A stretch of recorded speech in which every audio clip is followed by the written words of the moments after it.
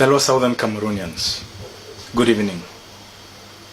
In response to the various calls and messages that I've been receiving to find out what is going on, why is there so much quiet and almost invisibility on my part and that of Scope with regards to the current situation that our revolution is facing, I have decided to do this very short video just to say we are not quiet, we are not invisible. On the contrary, we have been extremely visible.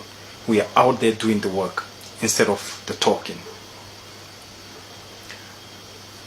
Over the past few weeks, we have seen a lot of drama. Not that drama has been absent from our revolution. Generally, there's always been some kind of drama or the other. And it is because we are dealing with a regime that understands that it is always important to distract us from our main goal. And that's why this evening I want to talk to you about where we are and what we are doing and our reading of the situation. That even when we don't speak, when I don't talk, we read the situation and see it for what it is, and then we try to do something about it in our own way. I want to talk to you about the three-pronged strategy that the République du Cameroun is using against us at the moment. The one has been to ensure that it gets into our ranks and destroys it. So, break into our ranks and sow seeds of discord to the point where we have taken away our attention from the enemy and we are focusing that attention on each other. That's number one. The second one is to give the impression that there is goodwill on the part of Yaoundé to talk, to negotiate, to dialogue. Give the impression, not dialogue. And the third is that in the course of doing all of this, buy time and as much as possible and as quickly as possible, smash whatever resistance we have on the ground. Now, the first one, which is to sow the seed of discord within our community, within our ranks. You have all seen for yourself what has been happening over the past weeks. Push our leaders, push our compatriots, push our friends to the point that they start to take certain decisions. That is exactly what Yaoundé wants. As you know, at the moment, there's been this big talk about the IG and the fact that we are having two IGs. It is no coincidence that that is happening at a time when our leaders in detention have been on the receiving end of a whole big malicious campaign. It is no coincidence when you think to the fact that a week after the decision to put in place or to restore the old IG, then the new IG unleashes this war and all of a sudden we have two IGs. That's exactly what Yaoundé wanted, and that's what I have been warning against. The moment you play the card, it's like you have chess pieces on your board. You have this one chess piece that they're looking at and they're pushing you. They're pushing you and wanting you to take that step. And then eventually, as soon as you take the step, then they know exactly what chess piece to move. Move a piece and say we are ready now to dialogue. But what dialogue? Dialogue amongst a people who are divided, who are fighting against each other, who are spending a lot of the time throwing a malicious campaign against their own leadership and against their own compatriots, like has been the case over the past year or two. And as you do that, the regime then thrives on your division and thrives on the policy of divide and rule. And what is going to happen is quickly call you to some kind of a dialogue that says you all sit around the table, 7, 9, 15 of you.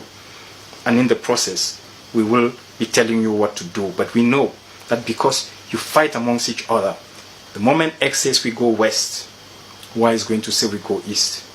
And the person who benefits is the regime. That's the first thing. So it is no coincidence that all of a sudden a regime that has not wanted to have any kind of conversation suddenly offers to say, yes, we are willing to talk and we are willing to forgive and forget. It's no coincidence. That's number one.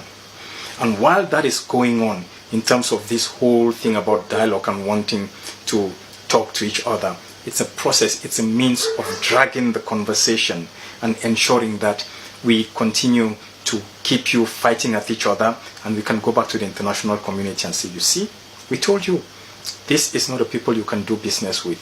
They cannot even govern themselves, let alone have governance in tandem with other partners, and give the impression to the international community that we do not know what we are doing. And in all of this, we have those little groupings and individuals who have been bought and have been recruited to play exactly that kind of role. Otherwise, how do you define and describe the role of a group of people who have decided that the only thing they are going to do as their job within the struggle is sabotage and backstabbing? It comes as no coincidence.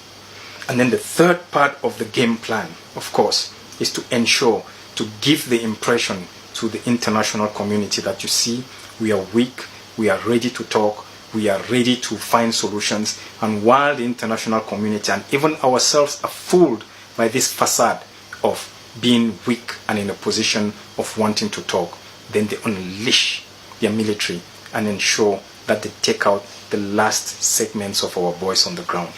And once you've done that, then what reason would you have to want to dialogue with anybody? Once you've cleaned up all the resistance on the ground, then all you need to do is just ignore whoever, and you just let the dogs keep fighting like they've been fighting, and you can turn around and tell the international community that we always told you these people are not capable of self-governance. This is very troubling because in lots of ways we have walked ourselves into this trap that has been set by the regime. And that's why as COPE, we have taken a principled decision not to jump into the melee and start being part of the fight, but rather to see how do we find solutions and continue to focus on the bigger picture, which is the struggle, and continue to support our leaders, our compatriots and our friends who are in jail, because at the end of the day, they are there because of us. My appeal, therefore, to every single Southern Cameroonian of good faith is that no matter what is happening, no matter all the noise that is going on social media, no matter all the attempts at distraction, stay focused. We have a big, big fight in front of us. The master of the République du Cameroun is not even willing to consider a federal system, let alone us walking away. But if they are given the option of giving us a federal system or walking away, they would more than be willing to see us walk away, because the idea of creating a federal system is exactly what is going to break the back of the France-Afrique. Rather leave a small tiny group of people go than to put in place a federal system. And it is for that reason that we need to continue to focus and understand the bigger game plan, because so far we have been doing nothing but fighting over the crumbs while the big masters are talking the big game. That's why as a movement we are focusing more on what kind of conversation is taking place on the high table rather than fighting for the crumbs, without necessarily forgetting that at the end of the day, those that are being slaughtered, those whose reputation are being destroyed today, not too long ago were our heroes. So where did they go wrong, and what did they do that would warrant them to be destroyed like this? But then again, if you follow the trend over the past 2 years, it comes as no surprise. And it comes as no surprise it's the same group of individuals who continue to do this. So we can either choose to be gullible and in the end be misled, or we can choose to ask very pertinent questions that will help us to convince not only ourselves, but convince those who have begun to take us seriously that we know what we are doing, and that at the end of the day, we are indeed a people who are capable of self-governance. Food for thought for all of us, and a good evening, and long live Southern Cameroons, and short live the revolution. Thank you.